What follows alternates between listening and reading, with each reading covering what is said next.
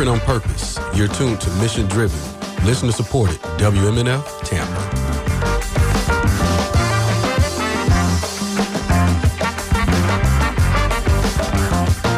Live from NPR News in New York City, I'm Duahlisa Kautau. One day after a suspect was arrested in the fatal shooting of conservative activist Charlie Kirk, many people living in the area where the shooting took place say they still don't feel safe. NPR's Marissa Peñalosa is in Orem, Utah with more. Orem's nickname is Family City, USA. It's known as a welcoming, safe community, and that's one of the reasons Case Dearden and his family moved here. Now, the father of 2 young kids is concerned that violence could escalate, he says. The tensions are just rising and rising.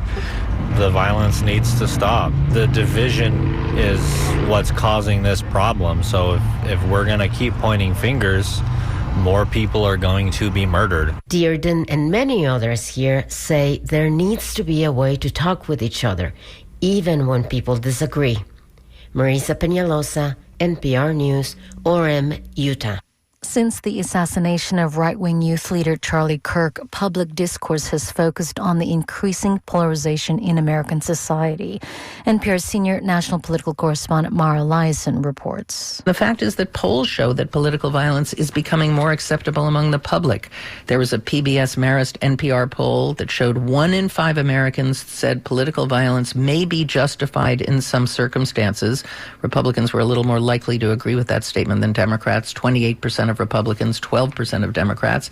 And the way people look at their political opponents in the United States has become very apocalyptic. The other party isn't just someone you disagree with, but if they got elected, America would be destroyed.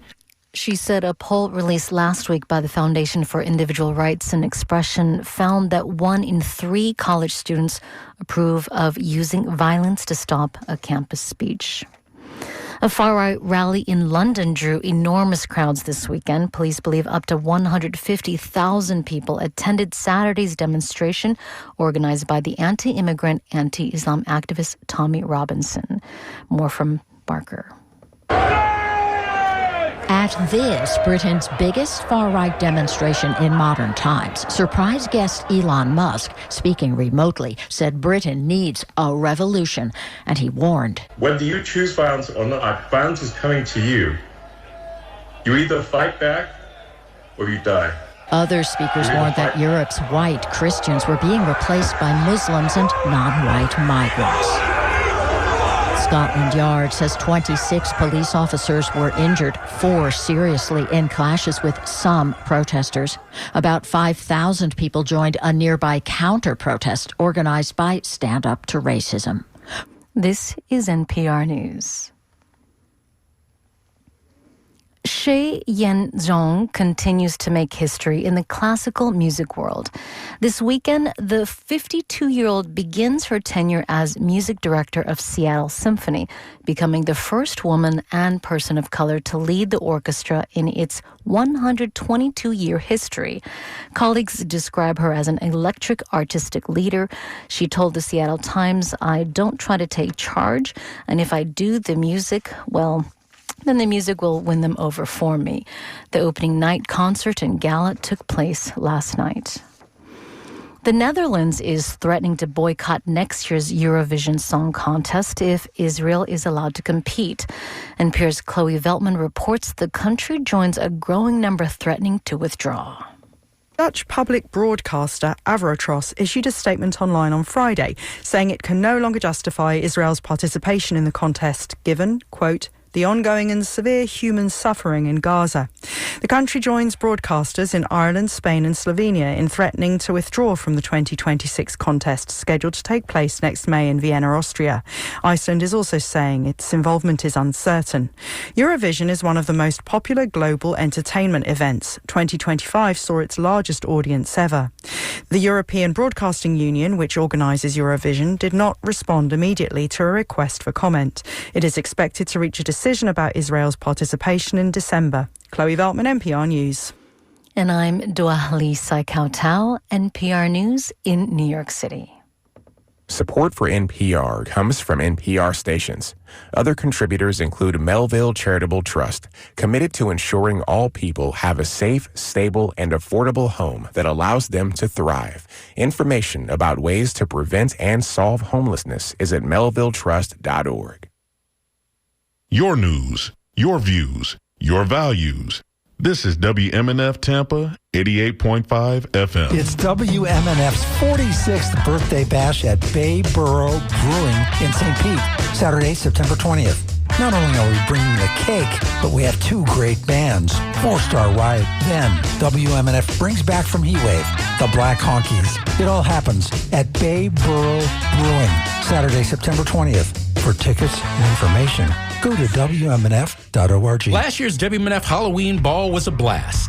Thanks to Apollo Infinity and the fantastic drag artist who slayed the New World stage by bringing style, grace, and horror. We are working with Apollo again this year to bring you another thrilling night of glamour and bloodlust. Apollo will be joined by Keora Summers, Medusa, Gidget Von Adams, Discord Adams, and Kat Sass. And don't forget about the costume contest. The Bewitching Hour starts at 8 p.m. Tickets are $20 in advance, $25 at the door. Stay tuned to WMNF for more show info. Hi, I'm Amy Goodman, host of Democracy Now!, 9 a.m. weekday mornings right here at 88.5 FM. You'll hear the same fearless investigative reporting on topics too hot for the mainstream media. Tune in to Democracy Now! 9 a.m. weekdays right after the morning show. That's right here on WMNF, Tampa, St. Petersburg, Sarasota, Lakeland, Clearwater, Winter Haven, and Venice.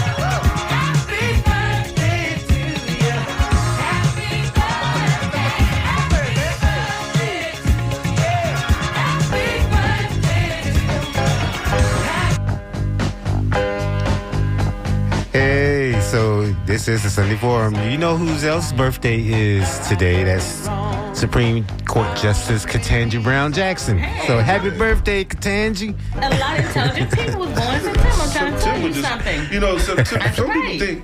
people take September as an obscure month, right? Not except even. for the fact the fact that football season is really getting up and building steam at that point. But it is not obscure. It is not.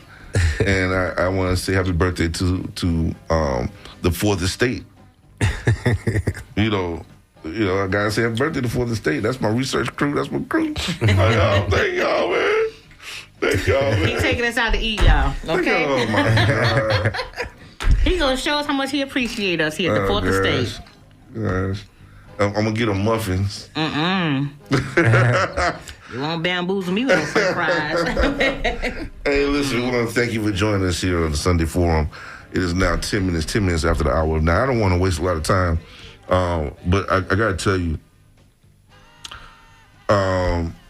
we have had a lot of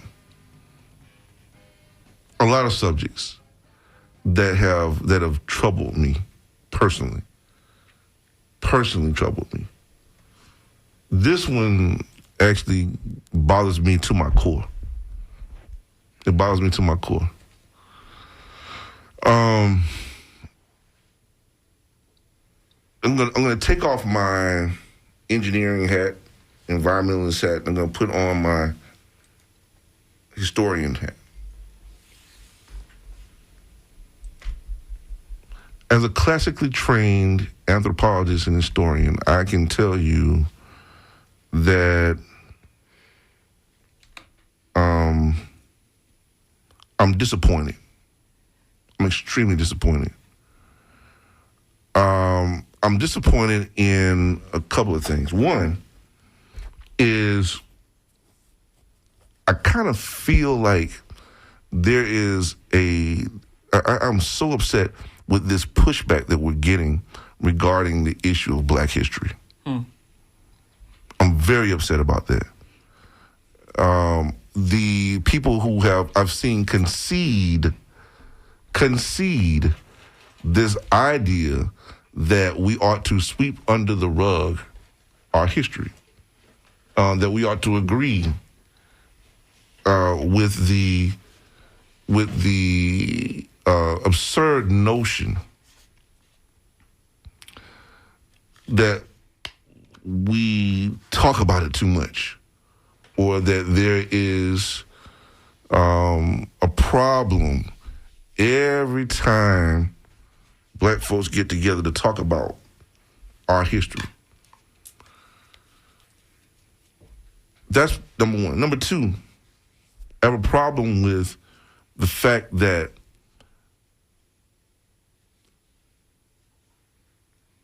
we have allowed ourselves as historians and as scholars, and this is at the scholars level, okay? Those of us who are scholars of our history have begun to run and hide like mice.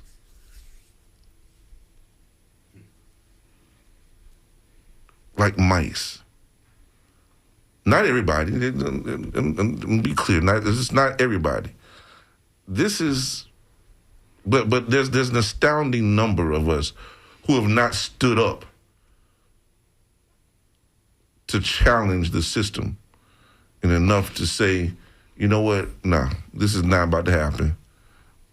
I'm not taking this. And, no, absolutely not.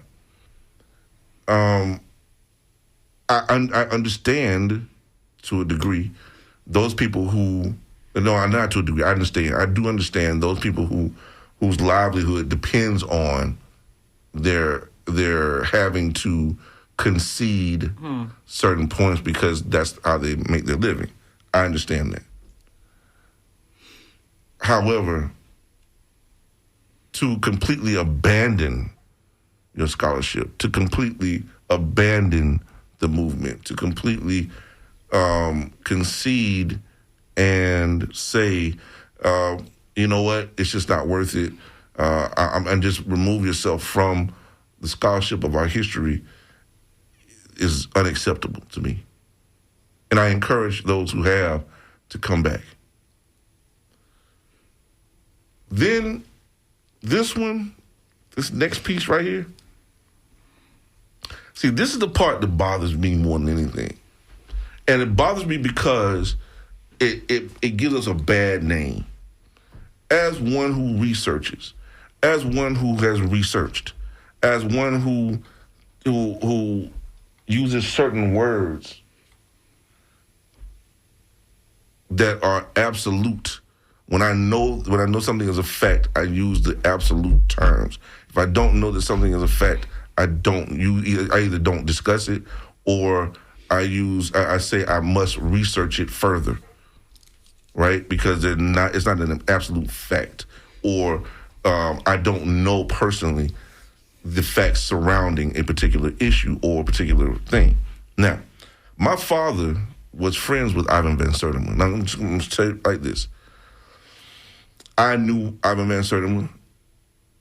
It was his study, along with Asa Hilliard's study, the Stolen Legacy. It was Asa Hilliard, and Ivan Van Sertima was They Came Before Columbus, which sparked the pre-Columbian movement, if you will, the pre-Columbian study of the African presence in the Americas.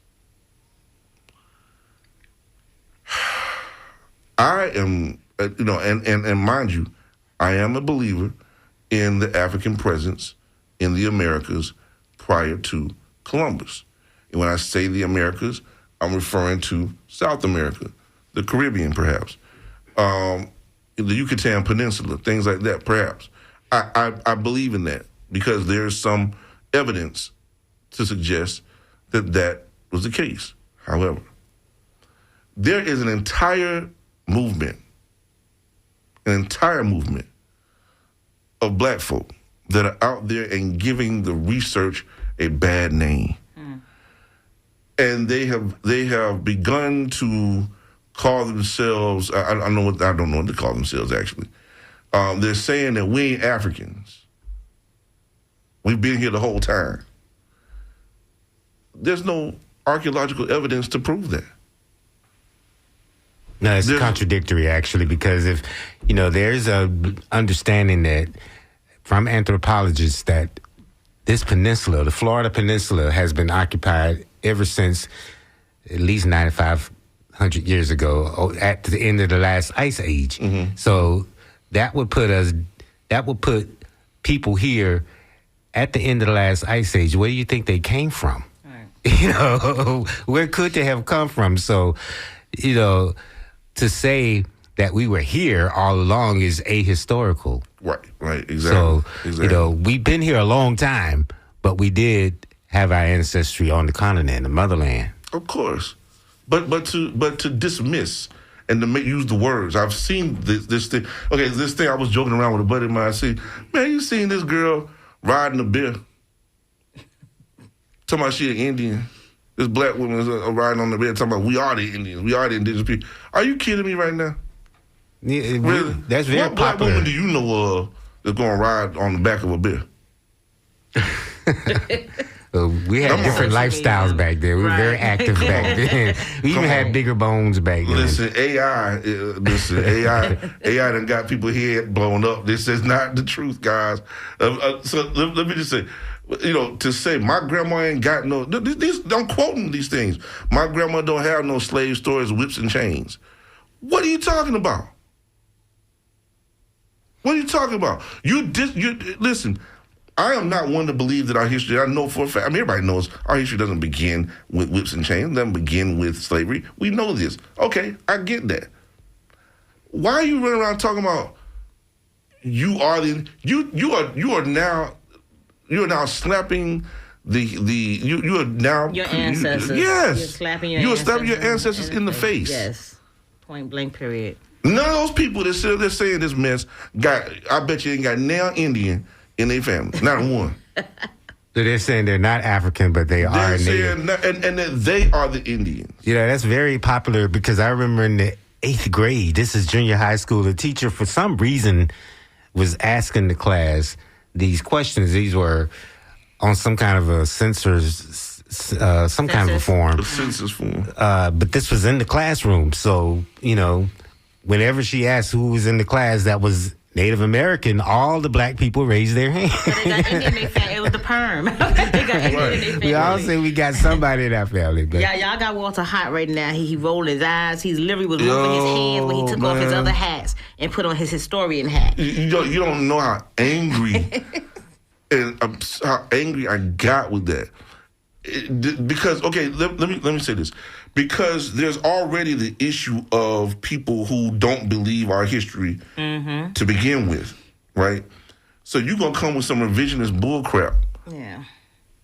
And disrespect your own history. And disrespect your history entirely. Just dismiss entirely the fact of the scholarly work that's been done on slave ships and the amount of slave ships that were in the Atlantic.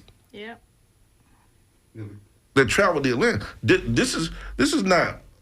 But they're talking about before slavery. They're talking about before slavery. Yeah. And they're saying that up until right now, we've already been here, and that we're the ones that would no. What are you talking about? What are you talking about? What frustrates me is when, and again, I don't even watch social media that much, but when I do come across it, there's another one that I saved. There's a white scholar. He's up there, and he's feeding into the narrative of the audience. Why black people always talking about slavery? Come on, guys, that's in the past. Enough is enough. And then you can but you can hear the audience being yeah. But then he flips the script on them. He flips it, and he starts throwing some history at them. To show you slavery actually did exist. And racism is real. But the sad part is, going into what you're saying, it's our own black people that's disrespecting our history, that's disrespecting the legacy of slavery and so forth. And that's the part that irritates me, that literally you do have some white people standing up saying it actually happened, it did exist. And at the same token, you have these other ones, again, when as Sammy said, the niggas, okay, acting like, oh, yeah, it didn't happen. It didn't affect me. It doesn't matter. But it did affect... What? Yeah, that was just one episode, though. So I'm not sure. It affected your family. Even if you're not going through it now, please understand racism is still real. So it is happening. But Ivan Van Sertima did say... The title of the book was "They Came Before Columbus." Right. Yes, that's true. You do understand. I get that. Okay. I agree with that. You don't know. You don't understand. And for those of you, let me be clear about this point. I said I knew the man. If you knew Ivan Van Sertima, then you could not have been a friend of his at all, and not believe that. Mm-hmm. Not have that discussion. If you want to remain his friend, don't get into that discussion with him, and certainly do not deny these things, because he would argue you down, flat out, and embarrass you. Yeah, no, that's just I'm just saying, we don't dismiss what we know to be a fact. Mm-hmm. Well, don't dismiss your African ancestry. Don't dismiss your African ancestry. Exactly. Are you serious? Come on, man. That's the reason you here. That's where we all came from. That's where we all came from. Even though there is revisionism going on that there's point. Revisionism about all that stuff, man. But come on, let's be reasonable. To sit up, for instance, the revision. Let's keep revisionism in its proper place. Nowhere. And that is. Listen, don't sit up there and tell me. Don't sit up there and argue with me about Septimius Severus and tell me that he was not black. He was black. Don't tell me that Hannibal was not black. He was black. Every evidence shows these points. There are coins with images of Hannibal on it. Yeah, well, taking consideration people that's doing this. So these are individuals that want to get to the table, so they'll sell themselves out. Oh, man, to get to the table. They want to sit and tell me they were Phoenician. What you think Phoenicians were? People from the sea? No. The thing that I worry about is what is being taught this school year, after we've seen all of the problems, all of the politicizing, especially from the right wing in this state, but also in this country. But this state in particular is virulent, and I'm curious as to what lies they're propagating in school right now. I want kids to call up and tell us at some point what they're being told in the classroom this year, what's being left out. What are you allowed to talk about? And oftentimes, there is a law now that says professors in the college classroom have to adhere to certain speech patterns in this state. Mm-hmm. That the government is going to control your speech as long as you're a professor on a payroll in this state. So I'm curious, what is being propagated now? And if they don't adhere to it, what happens? Oh, the big man in office going to pull their grants. They're going to pull their funding or something to that effect. They need to start calling his bluff. For real. Yeah. That's what needs to start happening. Call in 813-239-9663. 813-239-9663 to the Sunday Forum. We lost one caller. Call back, please. We don't want to miss you. Caller? Good morning, caller. You're on the air. Good morning. Good morning. Sister Connie. Good morning. Peace, power, black history, black thought, black life, black all of it. That's right. Usually, unfortunately, like Bynum, Rustin, and all of those people, our ancestors 50 years back, was willing to give right limb for the cause of our people.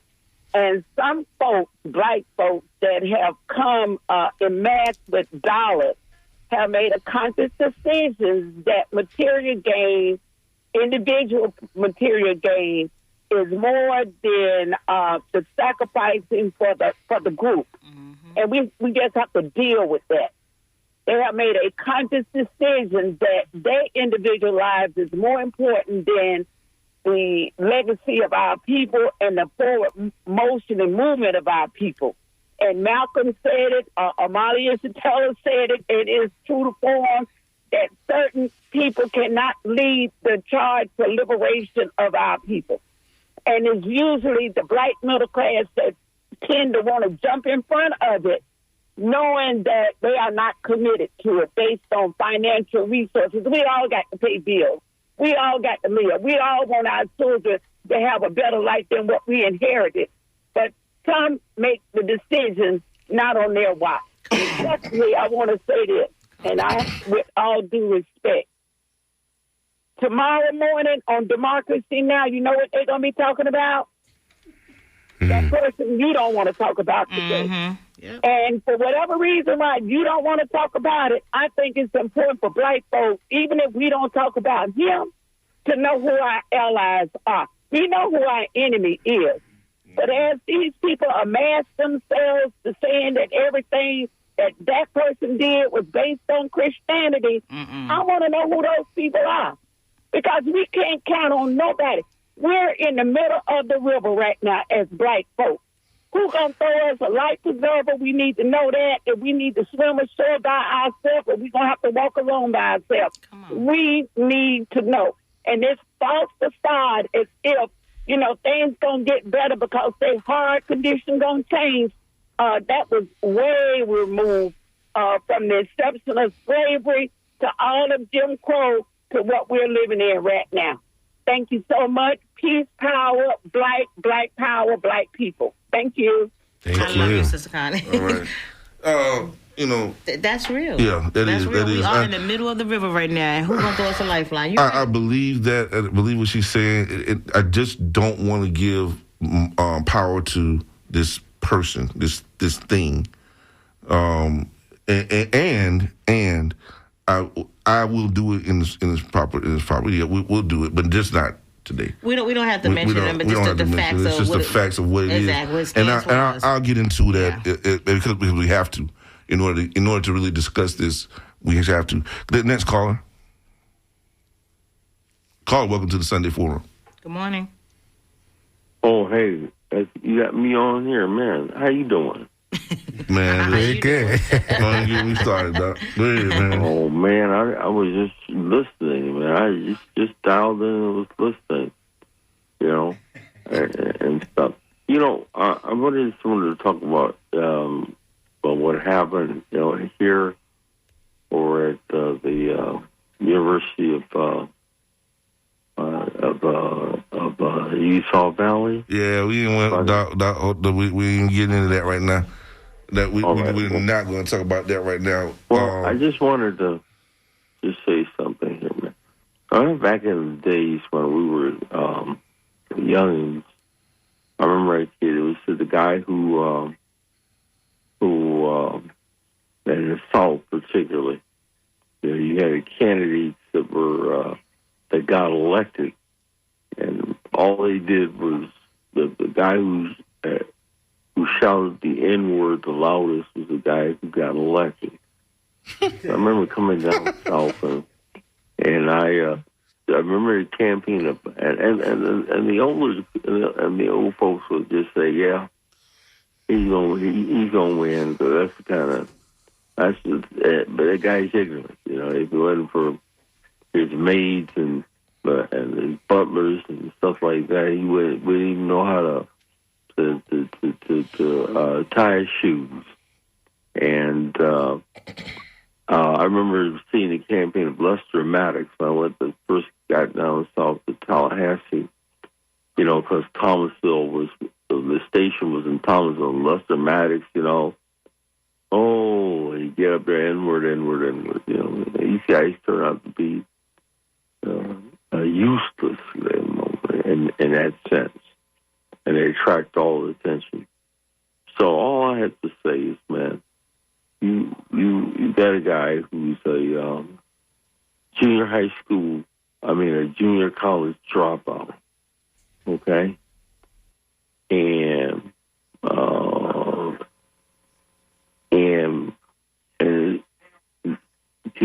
get there and debate other students, okay? And I had never even heard. I remember something that happened down here in Tampa where they had a convention. Then I found out what that group was. But we throughout life we're running this kind of stuff. But I told my kids, we'll see these characters come around, and they will shout. They won't use the N-word. They use some sort of form of language to get their point across. But it reminds me of one other thing, and I'll just make this brief statement. But what St. Clair Lewis said, and I've said this before, every man's a king. They have someone to look down upon. That's what you see there. Every man's a king when they have someone to look down upon. It's a scapegoat, yeah. And they can sell you the bill of goods. Go to chapter 16 of the book It Can't Happen Here, and you'll see the candidate of Buzz Aldrin. And this guy looks down just the same way. Except Buzz was a senator, and he offered up all this stuff, and folks worship him and all kind of stuff, man. Yeah. And you see, and he promised everybody $5,000, and us we weren't able to vote. So that's crazy. Remember, every man's a king when they have someone to look down upon. With that, I'll just hold my peace. All right. And I tell people, read the book.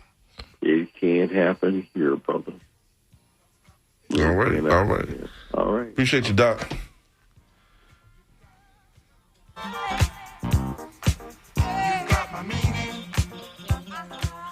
All right. A little more Roy Ayers there. Don't stop the feeling. All right, next caller. Hey, thanks for the show. All right. Going back to the education idea that, if there's things taught in the classroom that people find offensive, they're supposed to take them out. Well, let's call these people out for what they are. They're snowflakes because they can't handle the truth. Right. I like that. We got to start using their terminology against them, like they've done with the left, like taking woke and making that a negative. But my second point was the idea of curbing speech in the classroom from the professors. That's cancel culture. So let's call it for what it is. And like I said, they use the terminology from the left against them, and they're really good at spinning that. So we got to spin that around and use their terminology against them, and also call them out when they use the word woke. Like, have them define what that means. And when they say DEI is bad, ask them why. Mm-hmm. That's my point. Thanks.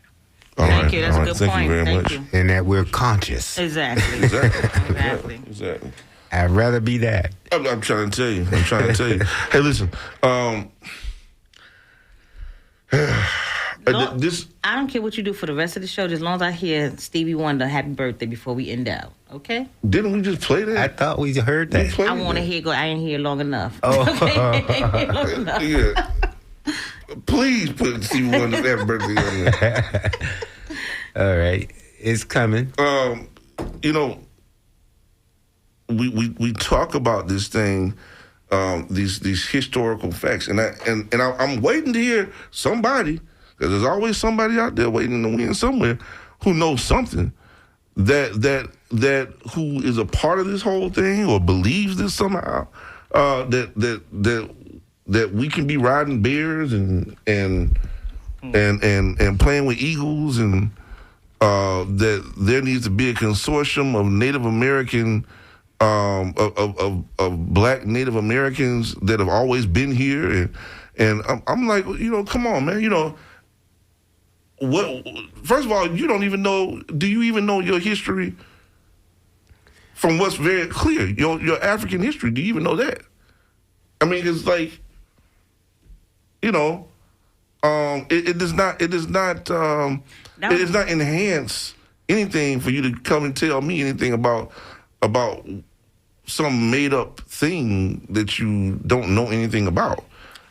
I think that would be a hell of an assignment for the adults to actually go down their history, go down, their lineage. It probably will help because, back in the day, the great-grandparents and grandparents, they kept it inside the Bible. Who was this person and, this children and their grandchildren and so on and so forth. And it's so easy now to find it out. The information is out there. They just don't want to take the time to look at it. They'll rather, again, like I said, go to social media. Right. Instead of just literally either picking up a book, finding out, or just going to do their research. Ask your grandmother, ask your great-grandmother if they're still here with you. Ask those questions. But you got to keep in mind, how can these parents teach what they don't know themselves? So apparently, I've never known it. I've never met them before. But apparently we do have somewhere have Native relatives. You have Indian in your family? Apparently so. Yeah. But I ain't running around here, I don't know them. They don't know me. I don't know them. I would like to get to know them if I can identify them. Right. But I personally have never identified them. I have a cousin who actually lived with them in Canada. I'm trying to figure out how the world that happened. Mm-hmm. Why are they in Canada? And how did that happen? I don't know anything about it. I don't know. I don't have any pictures. I don't have anything to go on except for his records and the information that he provided us. But other than that, you don't see me running up here talking about some. Well, forget all that. You don't hear my grandma talking about some slave stories and voodoo and hoodoo and all. What are you talking about, man? Like you just totally dismiss anything. It bothers me. It just really bothers me to no end because they have abandoned everything else because this somehow seems more exotic to be able to say this. Maybe it's a little bit of self-hatred if you're going to completely abandon your African ancestry. It's got to be self-hatred. But I think that what you were just saying earlier about researching your history, your personal history, your ancestry, that's right up my alley because I think that's how you learn history. That's the best. Yeah. That's going to be your connection to what really happened. I mean, so you might learn you have ancestry in Canada. You might learn that there's some ancestry that's been here since the end of the Ice Age. You just might learn all of this, and it helps to talk to the old folks in your family. It really is important to get those connections. So get them talking. And you have to keep in mind, too, some of us, most people don't realize, those of you that don't know your history, your last name could have came from the slave master. Okay? You don't know that. Most likely. And that's what I'm saying, because I was raised knowing that there's white mouths and there's black mouths. This is North Carolina. This is where Kizzy and all them was at. He's actually buried out there. Kunta Kinte, in part of the land where my family's originally from. And they actually had cemeteries where it was black Mouses and white Mouses. Literally, I'm saying. Yeah, and I'm like, what? What is the difference? But that's literally because those were those slave territories back then, and those cities and everything. They were specifically slaves and they were separated. But we also know, like I said, your last name could have come from a slave master, So believe me, that history is there if you just take the time to find it out. That's why just take the time to find it out. Listen, let me tell you something. I don't see none of them trying to find me. Well, go find them. Yeah, I'm just saying. Don't put it all I'll go on find them. They may not be conscious. I've been here 52 years. All I'm saying is, they may I'll think they woke and they not woke. They may not be conscious. If they're there, I'll find them. If they're there, I will find them. All I'm saying is, and that's not a spite of our native brothers and sisters. I'm simply saying, I'm not going to make there be something that doesn't exist. I don't hate myself like that. I don't hate myself at all. I am who I am, right? Cool. And and that's it. From my whatever you want to call my hair down to my toes. But remember, self-hatred goes a long way. But they said that about Michael Jackson when his pigmentation color started changing. And everybody started, because black people's known for having, larger noses than the white people. So there's a lot of different ways of, they saying self-hatred. People that get them nose jobs to make their nose small and this and that. It's not just a vanity thing. It's them also want to not be identified, with their black part of their history or whatever the case may be. So you have to take all those things into consideration, But at the end of the day, you bleed red, okay? At the end of the day, you bleed red, all right? It doesn't matter. So that's how I look at it. And again, none of us have no hell or heaven to put anybody in for those that believe in heaven and hell, because you have those out there too. Okay, so I think there was a period of time also when the Native American population did try to excommunicate the black population who tried to claim Native American didn't want anything to do with us. Didn't want, and would deny to this day. Right. There are segments of that Native American groups that will sit there and say and deny you, intentionally deny the fact that you have papers in your hands that prove that you have these Native contacts or Native bloodline, but for whatever reason they don't want you to be a part of the thing. Now, if you go to Boston, for instance, you know the Natick Indians in Boston. There's a lot of that there. I mean, you go to their powwows and things like that, you don't see anything but black folks. Well, you know that here in Florida, there had to be contact because, we were both being removed at the same time. We were both being treated. So we had the ally with one another. So there had to be some intermarriage. There had to be all kinds of creations that occurred from those relationships that we can't forget, and I think that would behoove us to go and remember. And I said, ancestry research is everything. You might even find your paperwork for reparations. Right. You just never know. It's worth the search. On that one statement, you got 12 people right now jumping on the computers. On that one statement right there. Yes. I found it. This is the one right here. This is the actual thing right here. Was the lady riding on the bear? Yes. But they've got feathers all over the place, and all of a sudden, I'm like, man, what are you kidding me right now? Where did this come from? Me and my daughter was having a conversation of leaving the country as well, right? And she was like, "Well, Mom, we can go to South America and stuff like that." But you have to understand, this is why people start thinking that way, because it's like it's so much going on here. It's so much going on here. It can be depressing, or it can be educational, and it just depends on which way you choose to take it. Because these young people, they're overwhelmed with all this information. All right, so I'm gonna I got it right here. It played. We're gonna hear this.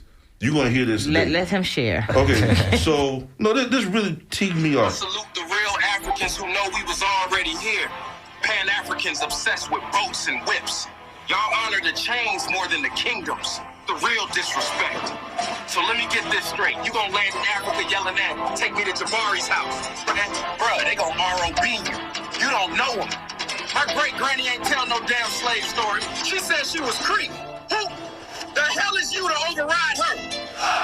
Welcome to the Pan-African Land Grab Expo, where you steal identity and reparations in one trip.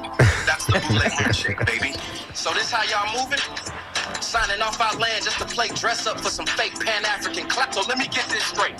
Y'all trying to form a United States of Africa on top of our bones? You can't build no kingdom on stolen bloodline. Y'all about to give up your whole reparation bag and all that inheritance money just because you want to be African.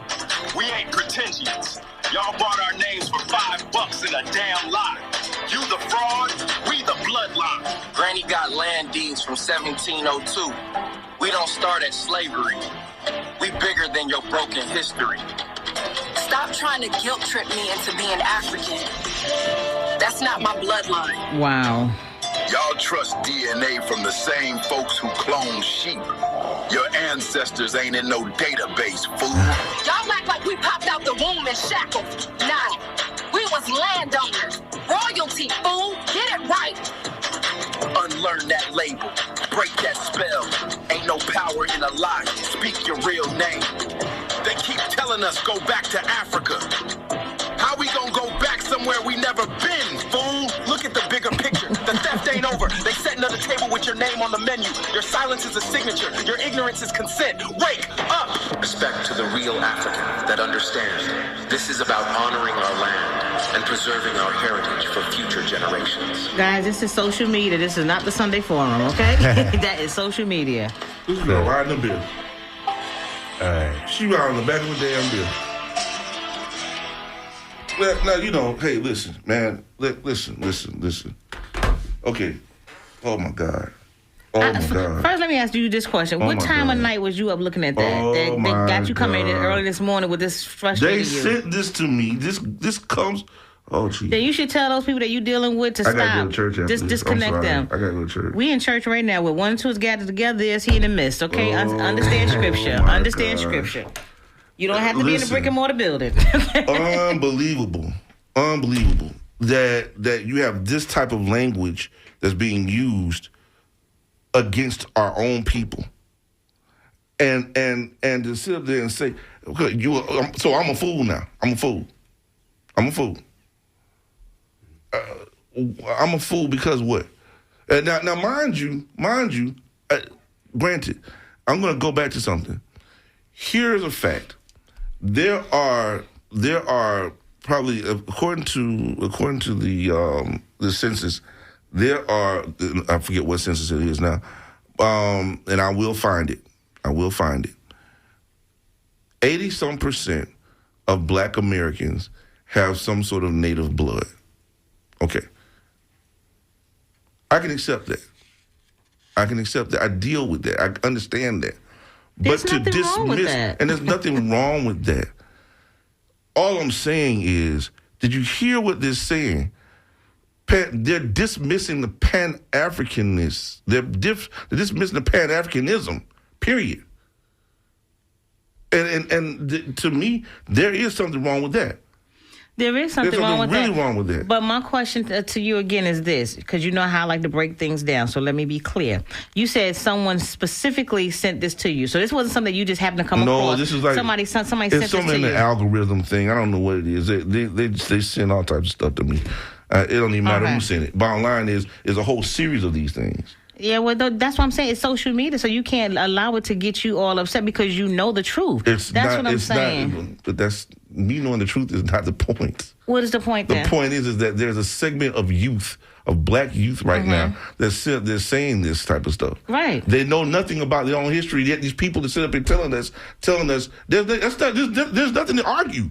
There's nothing to argue here. But you're missing. No, hold on, hell no. There ain't no. You can't tell me, and nobody can tell me, damn it, that you're gonna sit up there and tell me it's all right for young people to walk around thinking this. No, nobody said that though. What I'm saying to you is that is the society that we're in right now. That is literally what we're in right now. So to allow it to consume your emotions to this extent, you're more intelligent than that. That's what I'm saying to you. I'm not gonna let it consume my emotions. I'm simply saying, sir, your emotions is being stolen right now. Out to you. Yeah, right now. Right now. But I'm simply saying, because now I'm presenting it. Right now I'm presenting it. And right now, I'm letting people understand very clearly that this is unacceptable behavior. Absolutely. Completely unacceptable behavior. Because it goes against everything for over at least 150 years of scholastic work. Mm-hmm. And how many of those those people that was commenting on that right now? How many of them do you think have any scholastic knowledge? Okay, no. Just think about that they did any research or anything. What they're doing is they're cherry picking information from different sources, and then say, "Oh, I'm not Black. I didn't really come from Black. I'm an Indian before I was Black." Understand the context in which that's being relayed. That's all. That's all I'm saying to you. Yeah. You know, and it's sad. It is sad that our young generation is doing this. But then let's look at the other side. Because the stuff I showed you earlier, that was from a younger generation as well. And they was talking about our Black history. When I was talking about Tundis, he was a young man too. So we do have some young ones that's out there. There's another young lady I was listening to, and again, I don't even listen to social media. When it pops up, like you said, sometimes it comes up. But there's another young lady, she was up there talking, and she made some valid points on what's happening in the world today, as well as what happened in history. So you just have to decide which one you want to listen to. And if you choose to listen to both, that's fine. But understand still where it's coming from. Don't let it consume you. Because do you know how many people out there right now is consumed by social media, that's consumed by the politics, which is why families was breaking up and all this, because they took so much of this internally? We're more educated than that. We're more conscious than that. But we do have to acknowledge it, and you have acknowledged it. And we got to get to our youth. We got to get to our youth, and we got to get this. We got to get to. This is the reason why we got to get to our youth and tell the truth about this whole thing. Number one. Number two, we have to teach them about how to do research, and how to understand and write, and create a scholastic group. Make sure that we have a scholastic group that continues on. you have to model that behavior. I mean, if you want to show them how to research, you have to model that. And this is not the first time. It sounds pretty egregious what you were playing there, but at least it's not what it used to be. There's young people who were completely in denial about the fact that they're African. Don't call me an African. I'm from Detroit. You know, it was shameful. And I mean, I think before social media, media in general, the medium of Hollywood was busy reinforcing self-hatred. Look at the Tarzan movie. Look at all of the roles we had to play. You know, they didn't believe it was black cowboys. They thought all cowboys and stuff was white people. They didn't believe it was black cowboys. It was all for disinformation. It was all about miseducation, and they did a job on us. So young people have come a long way.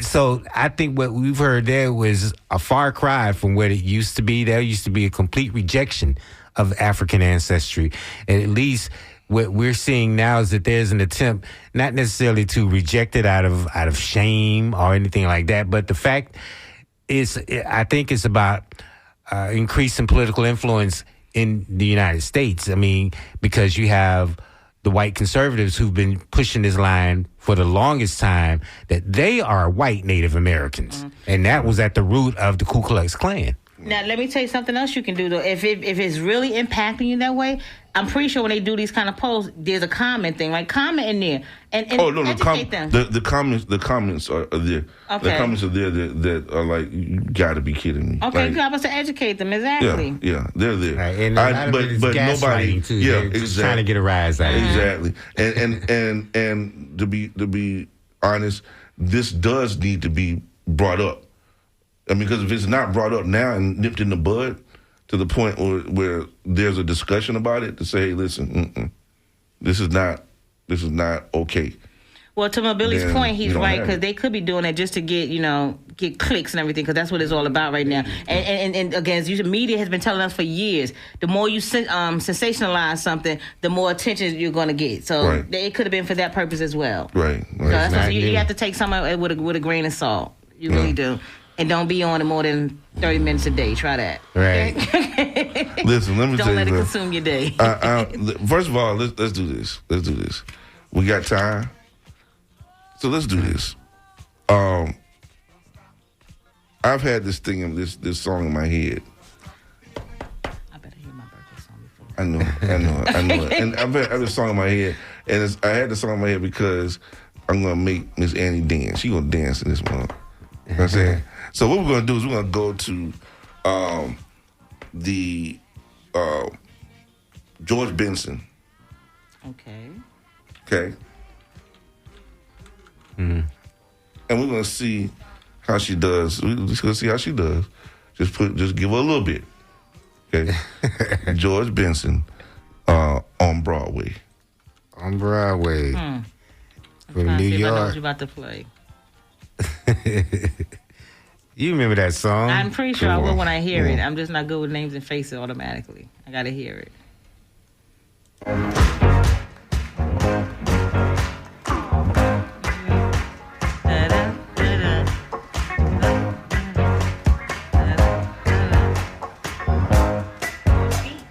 George Benson on the Sunday Forum.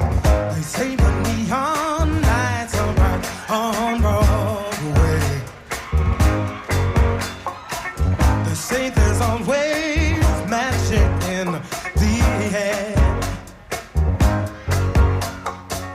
But when you're walking down that street and you ain't had enough to eat, the glitter rubs right off and you're nowhere.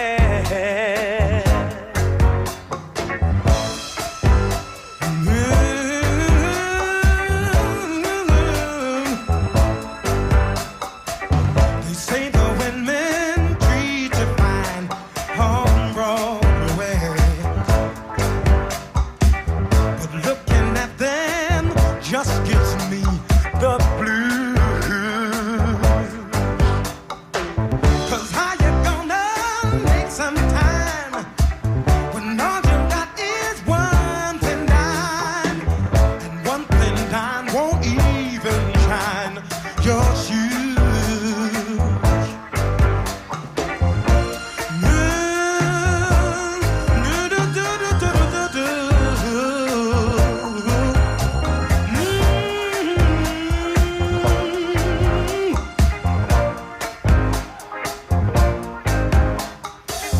They say that I won't last too long on Broadway.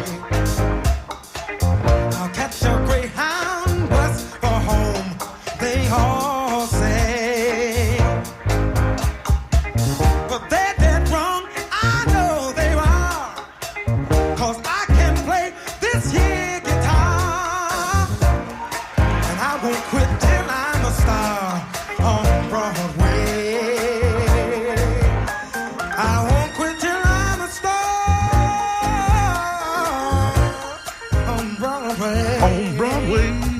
All right. And she was dancing. I was dancing. And she was dancing. I do. Hey. All right. We got a call in. Okay. Caller, welcome to the Sunday Forum. Good morning. Hey, Walter. Hey, Jarvis. I just got it, Brother Jarvis. How y'all doing? Yes, I've been hearing that same thing, Walter, been listening to it. It's just a distraction. It's pure ignorance. And I had some people that I thought was intelligent brought it to me. I said, man, I lost you, man. So it's something, Sister, that we do have to talk about. And Walter was correct in dealing with it.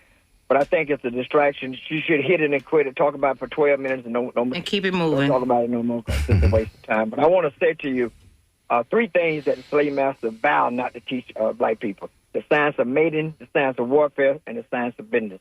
So the science of business, we need to know about the science of business, how to make money, economic and entrepreneurship. So I'll be speaking at that, talking about marketing mindset, and talking about my book, Creating a Sales Mentality. It's going to be this coming Saturday.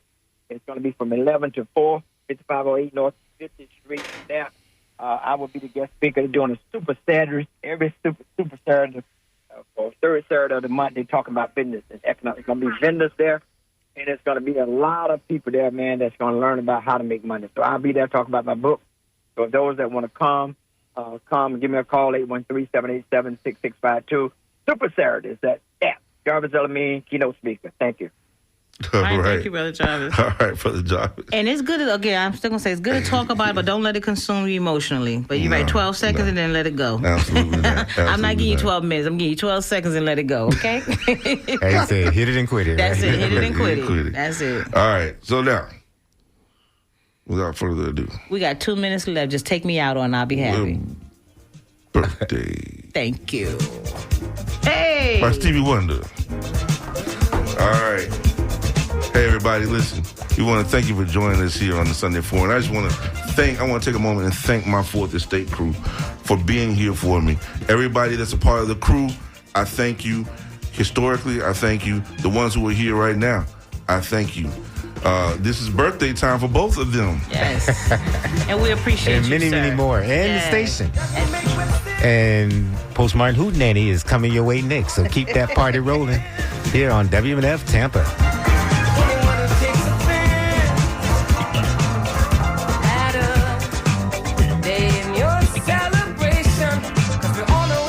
Blessings and prosperity to you and yours. All right.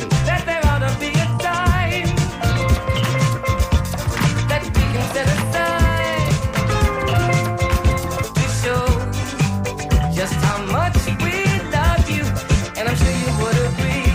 What could fit more perfectly than to have a world party on the day you came to be? Happy birthday to you. Happy birthday to you. Happy birthday.